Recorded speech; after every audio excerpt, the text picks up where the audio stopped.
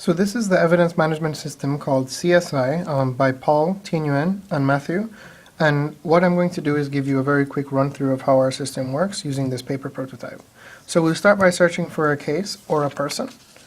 This menu will come up and I'll type in something and then I'll get a listing of all the cases and the people who have relationship either to this case or a person's name, for instance. I'll select this ABCD case in Ithaca, New York. And then this dashboard will greet me.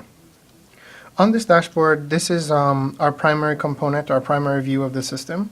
On the left-hand side of this, we'll have all of the persons, our internal personnel related to the case. And on the right-hand side, the larger portion of the screen, we'll have all of our persons of interest, as well as our internal personnel and how they relate to those persons of interest. So for instance, we have our person of interest, Tracy, here, and then all of the other characters associated with Tracy, either that being a CSI agent, a police officer, a lawyer, etc. So just to show you some more functionality here, I'll add a person to this graph, and this image will pop up. We'll get to assign an image to this person as well as a name. But what I want to do is assign this person to Mark, to draw a connectivity between them. When I drag across, as you saw me do just now, this yellow line will show up to show the relationship, to say that there's a very weak relationship between these two.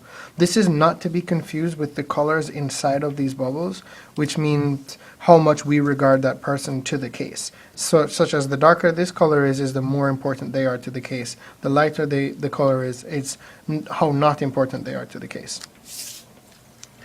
Now, I'll show you the functionality of actually clicking into a person of interest. So in clicking into a person of interest, we're greeted with this screen. And this is the primary component of our system. This is really the crux. And in this screen, we're able to add pieces of evidence or add personnel, for instance, and just draw together the whole concept map of this person.